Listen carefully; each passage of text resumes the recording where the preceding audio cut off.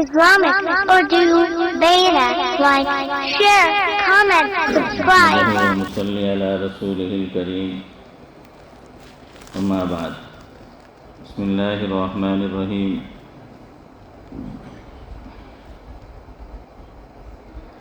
حضور اکرم صلی اللہ علیہ وسلم اسی حالت میں واپس ہوئے جب راستے میں ایک جگہ ان شریروں سے اطمینان ہوا تو حضور اکرم صلی اللہ علیہ وسلم نے یہ دعا مانگی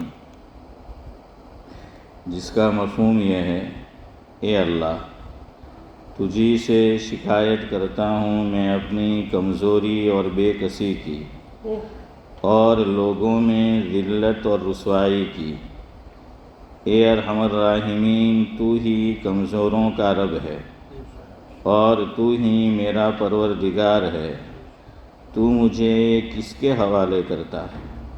کسی اجنبی بیگانے کے جو مجھے دیکھ کر تر شروع ہوتا ہے اور منہ چڑھاتا ہے، یا کہ کسی دشمن کے جس کو تو نے مجھ پر قابو دے دیا۔ اے اللہ، اگر تو مجھ سے ناراض نہیں ہے تو مجھے کسی کی بھی پرواہ نہیں ہے۔ تیری حفاظت مجھے کافی ہے۔ میں تیرے چہرے کے اس نور کے طفیل جس سے تمام اندھیریاں روشن ہو گئی اور جس سے دنیا اور آخرت کے سارے کام درست ہو جاتے ہیں، اس بات سے پناہ مانگتا ہوں کہ مجھ پر تیرا غصہ ہو یا تو مجھ سے ناراض ہو۔ تیری ناراضگی کا اس وقت تک دور کرنا ضروری ہے جب تک تو راضی نہ ہو۔ نہ تیرے سوا کوئی طاقت ہے نہ قوت۔ مالک الملک کی شان قہاری کو اس پر جوش آنا ہی تھا کہ حضرت جبریل علیہ السلام نے آ کر سلام کیا اور عرض کیا کہ اللہ تعالیٰ نے آپ کی قوم کی وہ گفتگو جو آپ سے ہوئی سنی اور ان کے جوابات سنے، اور ایک فرشتے کو جس کے متعلق پہاڑوں کی خدمت ہے آپ کے پاس بھیجا ہے کہ آپ جو چاہیں اس کو حکم دیں۔ اس کے بعد اس فرشتے نے سلام کیا اور عرض کیا کہ جو ارشاد ہو میں اس کی تعمیل کروں۔ اگر ارشاد ہو تو دونوں جانب کے پہاڑوں کو ملا دوں جس سے یہ سب درمیان میں کچل جائیں، یا اور جو سزا آپ تجویز فرمائیں۔ حضور صلی اللہ علیہ وسلم کی رحیم و کریم ذات نے جواب دیا کہ میں اللہ تعالیٰ سے اس کی امید رکھتا ہوں کہ اگر یہ مسلمان نہیں ہوئے تو ان کی اولاد میں سے ایسے لوگ پیدا ہوں جو اللہ تعالیٰ کی پرستش کریں اور اس کی عبادت کریں۔ فائدہ یہ ہیں اخلاق اس کریم ذات کے جس کے ہم لوگ نام لیوا ہیں کہ ہم ذرا سی تکلیف سے کسی کی معمولی سی گالی دے دینے سے ایسے بھڑک جاتے ہیں کہ پھر عمر بھر اس کا بدلہ نہیں اترتا۔ ظلم پر ظلم اس پر کرتے رہتے ہیں اور دعویٰ کرتے ہیں اپنے محمدی ہونے کا، نبی کے تابع دار بننے کا۔ نبی کریم صلی اللہ علیہ وسلم اتنی سخت تکلیف اور مشقت اٹھانے کے باوجود نہ بددعا فرماتے ہیں نہ کوئی بدلہ لیتے ہیں۔ قصہ حضرت انس بن نضر رضی اللہ تعالی عنہ کی شہادت کا۔ حضرت انس بن نضر رضی اللہ عنہ ایک صحابی تھے جو بدر کی لڑائی میں شریک نہیں ہو سکے تھے۔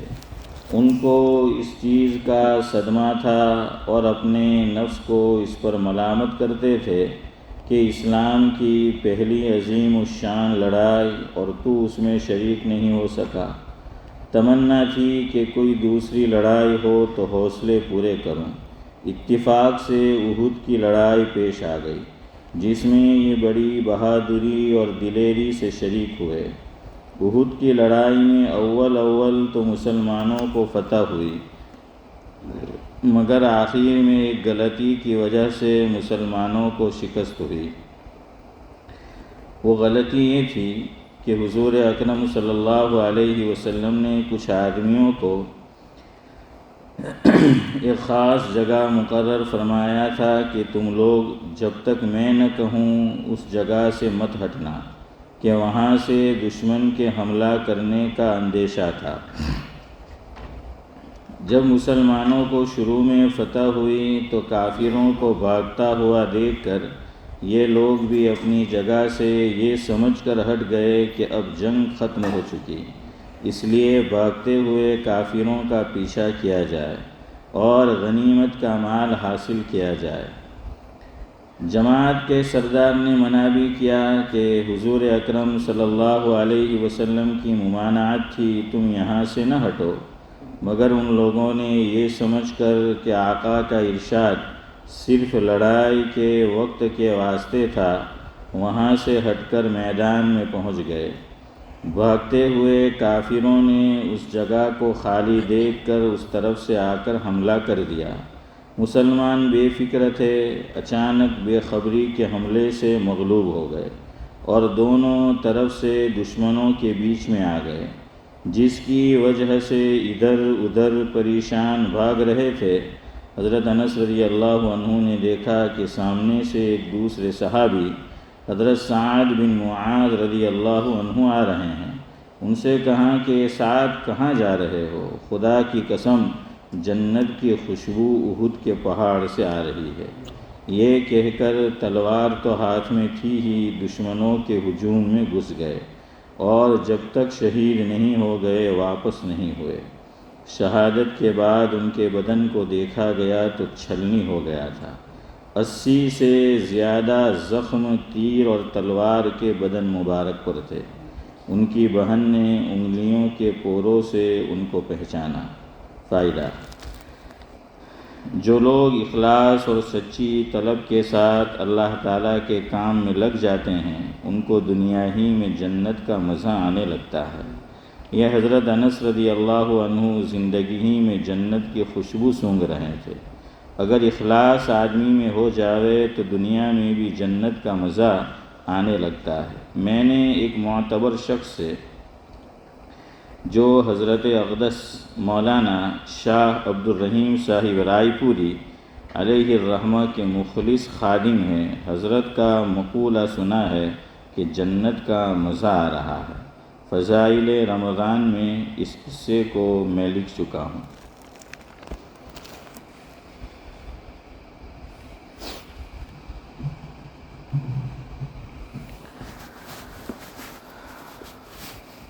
بزرگان محترم، ترتیب انشاءاللہ یہ رہے گی کہ پیر کو سورہ فاتحہ کے تعلق سے کچھ باتیں، منگل کی مجلس میں قبر یا یوں کہہ لیجئے کہ موت اور اس کے متعلقات، اور بود کی مجلس میں انشاءاللہ جو سفر کے تعلق سے ہم نے باتیں اور موضوع شروع کیا تھا، تو اس سلسلے میں کچھ باتیں انشاءاللہ آپ کی خدمت میں رکھیں گے۔ تو آج کی مجلس میں کچھ باتیں سفر کے تعلق سے آپ کی خدمت میں پیش کرنی ہیں۔ شروع یہاں سے کرتے ہیں کہ سفر ہوتا ہے، سفر ہوتا ہے، کیسا بھی ہو پر خطر ہوتا ہے۔ ہر پل جدائی بڑھاتی رہتی ہے، ہر پل جدائی بڑھاتی رہتی ہے، اور مسافر سے ہوتا جاتا دور نگر ہوتا ہے، مسافر سے دور ہوتا جاتا اس کا نگر ہوتا ہے۔ کوئی ویسے ہی تو شاید سفر نہیں کرتا، کوئی ویسے ہی تو شاید سفر نہیں کرتا، کوئی نہ کوئی مقصد پیش نظر ہوتا ہے، کوئی نہ کوئی مقصد پیش نظر ہوتا ہے۔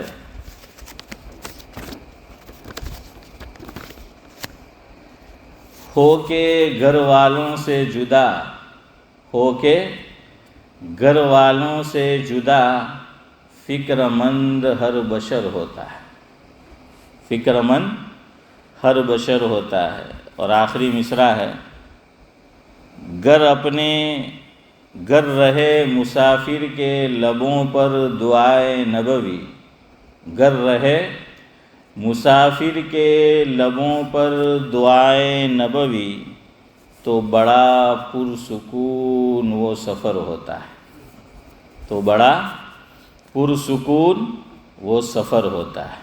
اس کی میں آپ کو دلیل دوں گا کہ کیسا پرسکون، اور آج کے دور کی دلیل کہ دعائے نبوی اگر میرے آپ کے اور مسلمان کے لبوں پر رہے گی سفر سے پہلے، تو انشاءاللہ سفر کیسا رہے گا؟ پرسکون۔ پرسکون کا معنی کہ ٹھیک ہے ظاہری مشقت پیش آ سکتی ہے، لیکن اس کا دل یہ مطمئن رہے گا، یہ مطلب ہے۔ ظاہری مشقت تو سفر میں پیش آتی ہی ہے، لیکن جو ڈبل مشقت ہوتی ہے کہ ایک تو ظاہری مشقت اور ایک آدمی کا دل وہ بے اطمینان سا رہتا ہے، بے چینی سی کیفیت رہتی ہے، تو انشاءاللہ دعائے نبوی کی برکت سے ہو سکتا ہے کہ ظاہری بھی کوئی مشقت یہ پیش نہ آئے، لیکن اتنا تو ضرور ہوگا کہ اس کا دل کیسا رہے گا؟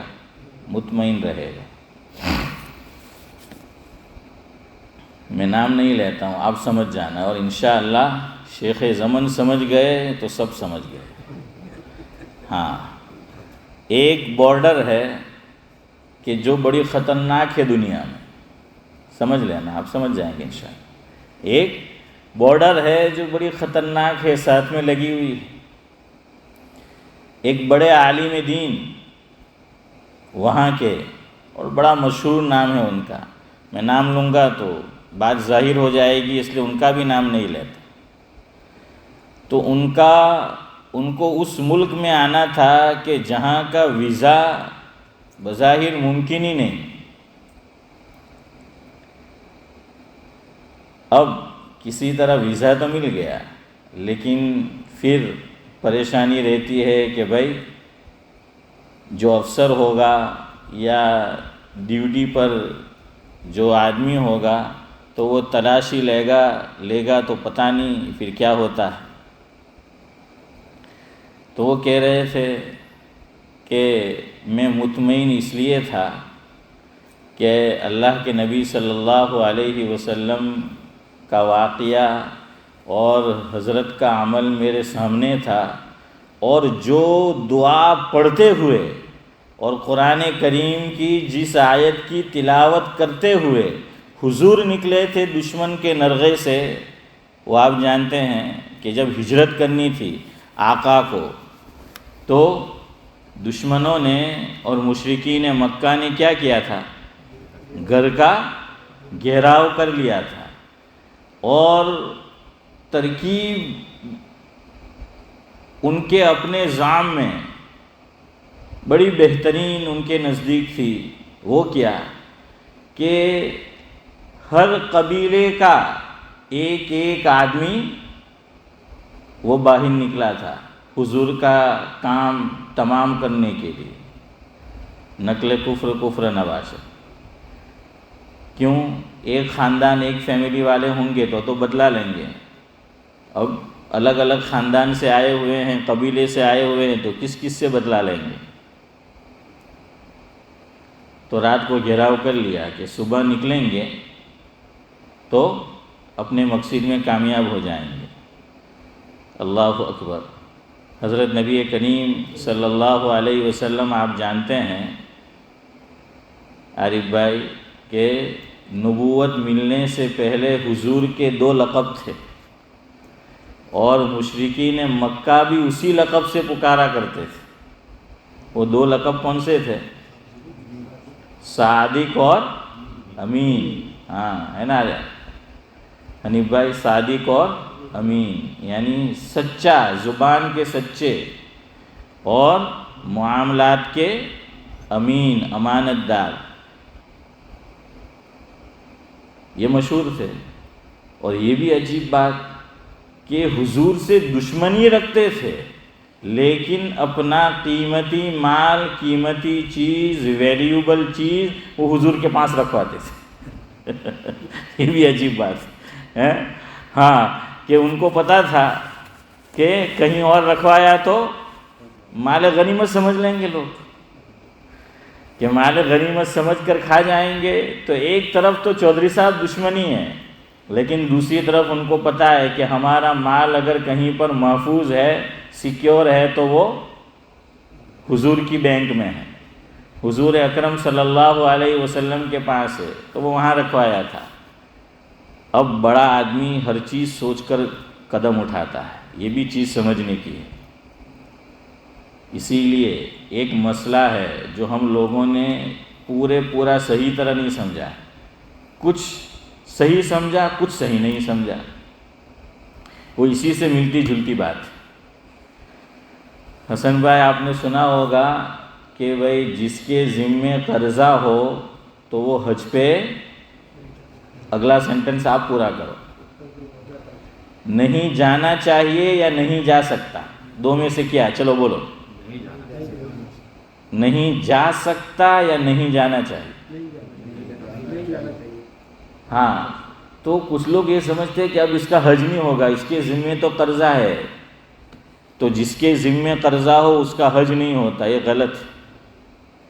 حج تو نورانی بھائی ہو جاتا ہے، لیکن کیوں لوگ یہ کہیں گے کہ ہمارا بدن و حق تو باقی، اور 100 چوہے پتہ نہیں بولنا چاہیے کہ نہیں ہے کہ کھا کے وہ وہاں چلی گئی. تو کہے کہ پہلا مخلوق نو حق ادا کرنی ہم کہیں گے، اور جنہ دیوانا چاہیے جنہ دینی نے چاہے لو کعبۃ اللہ جو ہر انہیں حج کروا ہر، تو لوگ ایسی باتیں کریں گے. اس لیے کہا کہ جن سے قرضہ لیا ہے ان کو ملنے جاؤ، یا ان کو فون کرو، ان کو پیغام پہنچاؤ اور بتاؤ کہ بھائی میں نے آپ سے قرضہ لیا تھا، مجھے آپ کو رقم دینی ہے، پیسہ دینا ہے، مجھے پتہ ہے، لیکن ابھی میں حج پہ جا رہا ہوں، میرا حج کو جانے کا ارادہ ہے، آپ بے فکر رہے، انشاءاللہ آپ کی رقم آپ کو مل جائے گی، وہ ہم آپ کو دے دیں گے. بہتر تو یہ ہے کہ ان سے اجازت لے پہلے، بہتر کہہ رہا ہوں، بہتر کہ وہ اجازت دے تو پھر جائے، تاکہ خواہ لوگ سماج میں باتیں نہ بنائیں.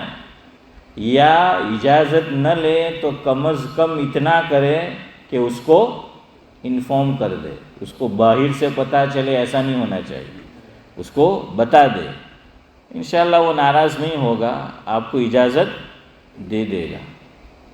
دیکھیے لوگوں کے پاس رقم تو پڑی ہوتی ہے آج بھی، لیکن قرض لے کے لوگ دیتے نہیں ہیں، تو اس لیے لوگ اب دیتے بھی نہیں ہیں. دونوں میں دیتے ہیں کہ قرض لے کے لوگ دیتے نہیں ہیں، اس لیے اب لوگ قرض بھی دیتے نہیں ہیں.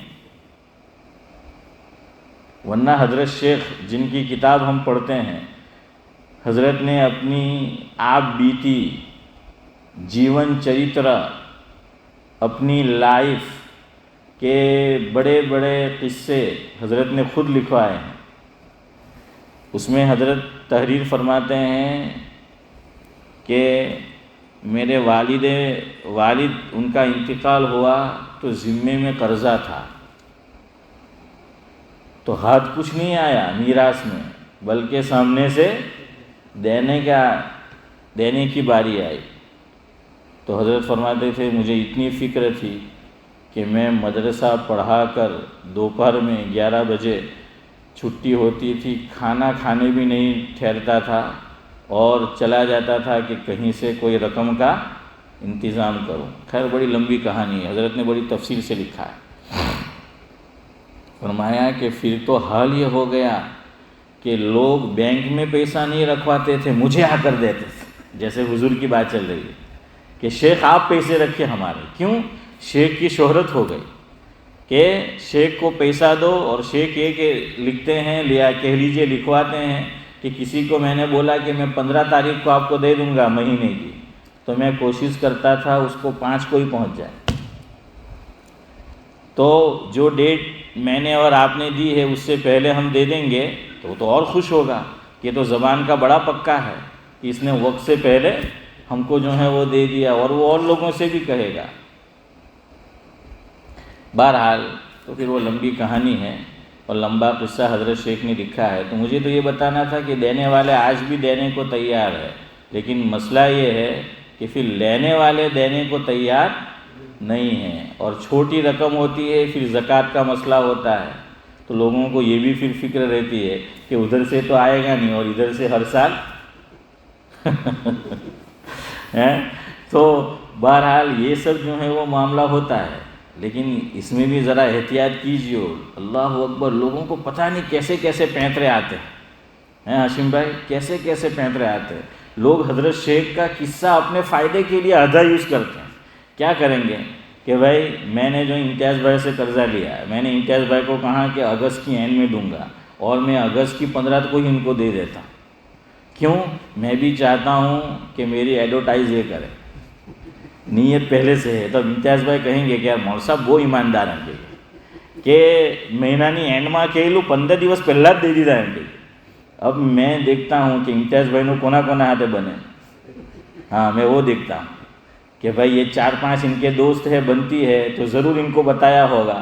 اب میں اس کے پاس مانگنے جاتا ہوں تو اس نے تو اچھی بات سن رکھی ہے میرے متعلق، تو وہ مجھے دے دے گا، اور ساتھ میں کہیں گا کہ ہاں امتیاز بھائی تمہاری بہت تعریف کرتا ہوں۔ تو اب میں اندر خوش ہوتا ہوں کہ ماشاءاللہ فری میں ایڈورٹائز تھے یہ۔ اب میں دوسرے کو بھی جلدی دے دیتا ہوں، تو ان سے کچھ چھوٹی رقم لی، دوسرے سے اس سے کچھ بڑی لی، 3-4 جگہ ایسا کرتا ہوں اور پھر لمبا بوچھ مارتا ہوں۔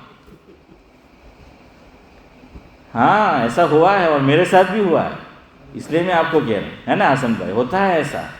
تو اس لیے لوگ આપણે ગુજરાતીમાં કહેવત છે કે દૂધનો દાધેલો છાશ بھی پھونک ماری ماریને پیے تو دودھ کا جلا ہوا چھاچھ بھی پھونک پھونک کر آپ ساتھ پیتا ہے پھونک مار کر، تو ویسا جو ہے وہ معاملہ ہے۔ خیر میں یہ بتا رہا تھا کہ آپ صلی اللہ علیہ وسلم امانتیں تھی، حضرت علی رضی اللہ تعالیٰ عنہ کو طلب کیا اور اپنے بستر پر سلایا کہ علی یہاں سو جاؤ،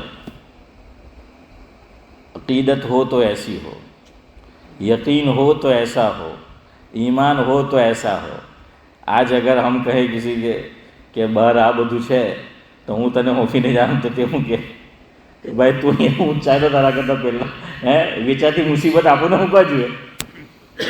لیکن حضرت علی نے منع نہیں کیا، نبی تھے، ایمان تھا، یقین تھا، کہا کوئی بات نہیں حضرت، میں آپ کے بستر پر سوؤں گا، اور سب امانتیں حضرت علی کو دی۔ کیوں؟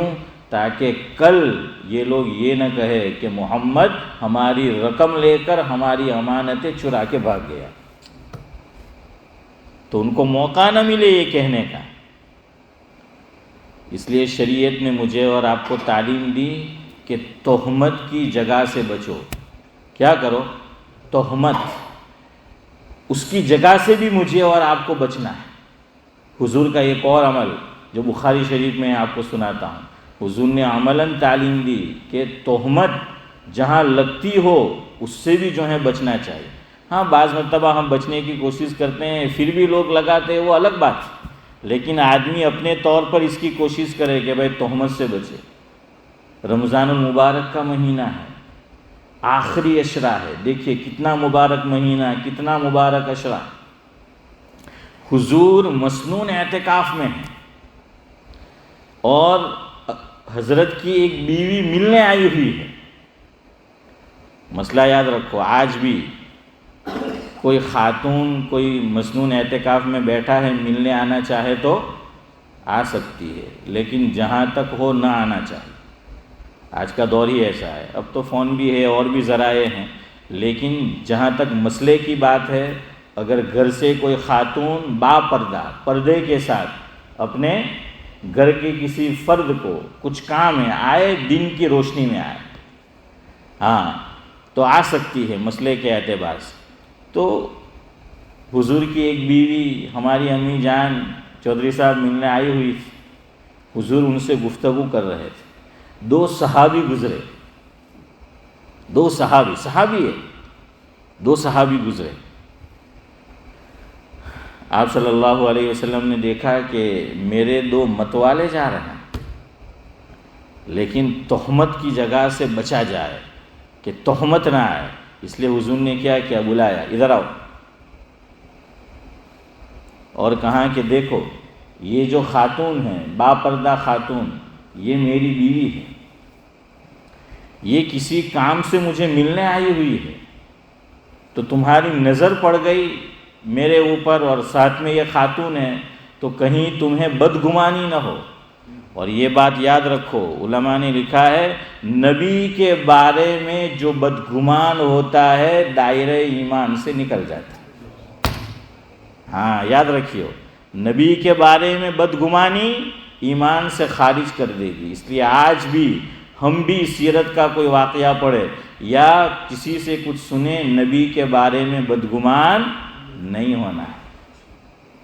دنیا ادھر سے ادھر ہو سکتی ہے، لیکن نبی کا کوئی فعل غلط نہیں ہو سکتا، یہ ایمان ہونا چاہیے۔ ایک صاحب کلیپٹن میں رہتے ہیں، اللہ کے گھر میں بیٹھا ہوں، وہ مجھے کہنے لگے، ہماری طرف کے گاؤں کے ہیں، بات نکلی، بڑی عمر کے ہیں، اور یہ بات بھی تقریباً 10-12 سال پہلے کی، تو مجھے کہنے لگے مفہوم یہ تھا سعد اللہ صاحب کہ مجھے حضور کی حدیث پر، کہ جو حضور کی واقعی حدیث ہے، میرا ایسا ایمان ہے کہ مجھے اس بارے میں تو شک ہو سکتا ہے کہ پتہ نہیں میں اپنے باپ کی سگی اولاد ہوں کہ نہیں، اس بارے میں تو شک ہو سکتا ہے مجھے کہ میری ماں نے، اللہ نہ کرے، آپ سمجھ گئے میں جملہ پورا نہیں کرتا، تو اس پہ تو شک ہو سکتا ہے، لیکن نبی کے کسی ارشاد کے بارے میں مجھے شک نہیں ہو سکتا۔ یہ ہے ایمان۔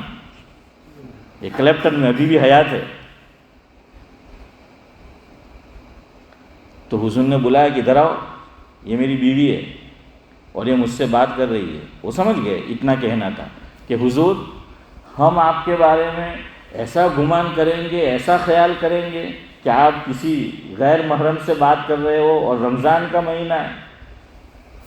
تو اس موقع پر حضور نے فرمایا ہے، جو وہ آپ نے سنا ہے نا، یہ مفہوم آپ نے سن رکھا ہے، ان الشیطان یجری من الانسان مجرد دم، او کما قال علیہ الصلوۃ والسلام۔ مفہوم یہ ہے کہ شیطان انسان کی رگوں میں جیسے خون دوڑتا ہے، میرے اور آپ کی رگوں میں، اس طرح وہ دوڑتا ہے، یعنی وسوسے ڈالتا ہے۔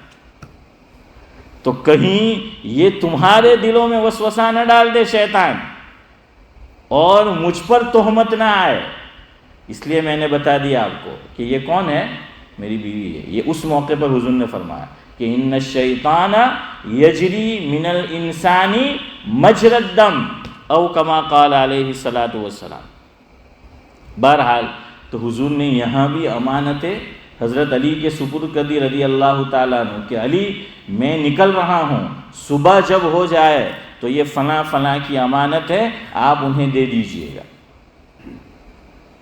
اور وہ تو حضور تو رات کو ہی نکل گئے تھے، تو وہ آپ کو سنانا تھا۔ حضرت مولانا مفتی سعید احمد صاحب پالنپوری نور اللہ مرقدہ، اللہ تعالیٰ حضرت کو غری کے رحمت کرے، اسی کمرے میں جو حضرت کا کمرہ تھا، حضرت کا امریکہ کا سفر ہوا تھا اور یہاں تشریف لائے، لوگ بیٹھتے تھے حضرت کے ساتھ، آپ کو معلوم ہے۔ تو کسی نے پوچھا، اور اس وقت کیا ہوا تھا، حافظ پٹیل مرحوم کو بھی واپس کیا گیا تھا، یاد ہے نا، وہاں ایئرپورٹ سے واپس بھیجا گیا تھا حافظ پٹیل صاحب کو بھی، اور حضرت کا سفر اس کے بعد ہوا تھا، اور واپس آئے حضرت، تو کمرے میں لوگ بیٹھے ہوئے تھے، پوچھا کہ حضرت آپ کو کچھ روکا نہیں؟ حضرت نے فرمایا کہ الحمدللہ بہت اطمینان سے پاس ہو گیا، واپس بھی آ گیا۔ اور پھر حضرت نے فرمایا کہ میں 2 عمل بطور خاص کرتا ہوں سفر میں، کہ جب کسٹم وہ پاس کرنا ہوتا ہے تو فرمایا میں 2 کام کرتا ہوں جو حضور نے کیے تھے اسی موقع پر جو آپ کو سنا ہے، اور وہ بھی واقعہ وہ بھی اسی سے ملتا جلتا ہے، بارڈر جو میں نے شروع کیا۔ تو لقمان راوت موجود تھا اس مجلس میں، تو لقمان نے اس وقت حضرت سے وہ دونوں دعائیں لکھوائی تھی۔ لقمان نے حضرت سے فرمایا کہ حضرت دونوں دعائیں لکھ دو، حضرت نے وہ دونوں دعائیں لکھ دی، اور لقمان نے اس کی کئی فوٹو کاپی کی اور وہ میرے پاس اب بھی موجود ہے وہی فوٹو کاپی، کیونکہ ہمارا بھی سفر ہوتا رہتا ہے، آپ کا بھی، سب کا، کہ بھئی چلو یہ تو بڑی اچھی چیز جو ہے کام کی مل گئی۔ تو حضرت نے فرمایا خلاصہ یہ ہے، مفہوم یہ ہے کہ میں یہ کرتا ہوں کہ جب گزرتا ہوں تو قرآن کی آیت پڑھتا ہوں جو یاسین شریف میں ہے، ہم سب کو یاد ہوگی، وَجَعَلْنَا مِن بَيْنِ أَيْدِيهِمْ سَدًّا وَمِن خَلْفِهِمْ سَدًّا فَأَغْشَيْنَاهُمْ فَهُمْ لَا يُبْصِرُونَ، بس یہ ایک آیت۔ تو حضرت نے فرمایا کہ میں یہ پڑھتا ہوں۔ اچھا، اب بعض مرتبہ دیکھیے زور سے نہیں پڑھنے کا، اور ویسے بھی نہیں پڑھنے کا کہ آپ کی زبان حرکت کرے کہ خواہ مخواہ وہ سوچے گا کہ پتہ نہیں کیا کر رہا ہے، سمجھ آیا نا؟ ہاں، تو ایسا ہو تو پھر جب تک آپ کی طرف نگاہ نظر نہ ہو پڑھو ہونٹ ہلاتے ہوئے، لیکن آپ کو لگ رہا ہے کہ اب وہ آپ کی طرف متوجہ ہیں، سمجھ آیا نا؟ تو پھر دل ہی دل میں اس کا کیا کرو، ورد کرو۔ تو حضرت نے فرمایا کہ ایک تو میں یہ آیت کا ورد کرتا ہوں، اور پھر اس موقع پر جو قصہ میں نے سنایا، حضور نے ایک دعا اور پڑھی ہے۔ حضور نے کیا کیا تھا، زمین سے مٹی لی تھی مٹھی بھر، اور مٹی لے کر ادھر دیکھو، حضور نے مٹی پر یوں پڑھا، وَجَعَلْنَا مِن بَيْنِ أَيْدِيهِمْ سَدًّا وَمِنْ خَلْفِهِمْ سَدًّا فَأَغْشَيْنَاهُمْ فَهُمْ لَا يُبْصِرُونَ يَا شَاهَتِ الْوُجُوهِ وَعُمِيَتِ الْأَبْصَارِ۔ یہ ہے۔ اب اگلے دو جملے آپ کو یاد رکھنے ہیں، کسی کو چاہیے تو بول دینا، میں لکھ دوں گا آپ کو، اور قرآن کی آیت تو آپ کو یاد ہی ہوگی یاسین شریف کی۔ پھر پڑھا کہ یا شاہت الوجوہ وعمیت الابصار، اور حضور نے وہ دشمنوں پر جو گھر کا محاصرہ کیا تھا وہ مٹی یوں پھینک دی، تو اللہ تعالیٰ نے غنود کی ان کے اوپر طاری کر دی، یا جو بھی معاملہ بہرحال پیش آیا، حضور ان کے سامنے سے نکل گئے اور وہ حضور کو دیکھ نہیں سکے۔ تو مفتی سید احمد صاحب پالنپوری رحمۃ اللہ نے فرمایا کہ میں یہ پڑھتا ہوں، اور اس کے میں نے، حضرت نے فرمایا بڑے فوائد دیکھے کہ الحمدللہ کہیں بھی کوئی ایئرپورٹ ہو، کسٹم پہ مجھے کبھی پریشانی جو ہے وہ پیش نہیں آئی۔ ہو سکے تو لکھ بھی لو اور کس میں رکھ دو، اپنی بیگ کے اندر بھی جو ہے وہ رکھ دو، اپنی پاکٹ میں جیب کے اندر بھی جو ہے وہ رکھ چھوڑو یہ دعا کو۔ تو یہی عمل وہ بڑے جو عالم دین بارڈر ان کو پاس کرنی تھی، 1986 یا 87 کا واقعہ ہے، انہوں نے بتایا اس میں، اور وہ آئے تھے جو بڑا دارالعلوم ہے وہاں آئے تھے، چلو اب سمجھ جاؤ ہیں، وہاں جو ہے وہ آئے تھے، تو انہوں نے کہا کہ میں اتنی آسانی سے گزر گیا کہ نہ صرف یہ کہ تلاشی میں مجھے کوئی پریشانی پیش نہیں آئی، بلکہ انہوں نے میری بڑی آؤ بھگت اور ویلکم کیا، استقبال کیا۔ تو اس لیے یہ ایک گر کی بات سفر کی آپ کو بتا دی، سفر میں جاؤ جلدی جلدی بولو، پھر میں جو ہے آج کا یہ سفر ختم کرتا ہوں۔ اشفاق بھائی کیا پڑھنا ہے جلدی بول دو، میرے ساتھ پڑھ لو، وَجَعَلْنَا مِن بَيْنِ أَيْدِيهِمْ سَدًّا وَمِنْ خَلْفِهِمْ سَدًّا فَأَغْشَيْنَاهُمْ فَهُمْ لَا يُبْصِرُونَ، اور اس کے بعد یا شَاهَتِ الْوُجُوهِ وَعُمِيَتِ الْأَبْصَارِ۔ اب آپ کہیں گے مول صاحب ذرا معنی ہو بتلائی دے نہیں، تو بدو ایک ہم تو نہیں آتی دیوان ہے نا حسن بھائی، تھوڑو باقی بھی جیسے تے راکھوانا نے۔ ایک بھائی میں نے کہتا تھا کہ مول صاحب بیان ایوی રીતના પૂરું કરવાનું کہ કાલે જરાક દિલચસ્પી رہی کہ مول صاحب આગળ હું કહેવાના છે ہیں، وہاں آ کر جو ہے نورانی پر ختم کرنا چاہیے۔ تو چلو اب اس کا ترجمہ آپ کو ہم بعد میں بتائیں گے، بڑا معنی خیز ترجمہ ہے۔ سبحان اللہ و بحمدہ، سبحانک اللہم و بحمدک، نشہد ان لا الہ الا انت نستغفرک۔ جیسا کہ ابھی اعلان کیا بھائی کل مغرب بعد رکھ لیں گے، ہمارے فاروق بھائی کہہ رہے تھے مغرب بعد اچھا رہے گا، تو میں نے کہا ٹھیک ہے۔ تو حضرت کا کل بیان ہے، اتنے دور سے آئے ہوئے ہیں، بڑے علمی گھرانے سے ان کا تعلق ہے، بڑے آدمی ہیں، تو بہرحال مغرب بعد کوئی مجبوری نہ ہو، معذوری نہ ہو، تو ضرور بیان میں شرکت کریں۔ جی جمعرات جو جن کو جانا ہے وہ مرکز چلے جائے، وہاں بھی دن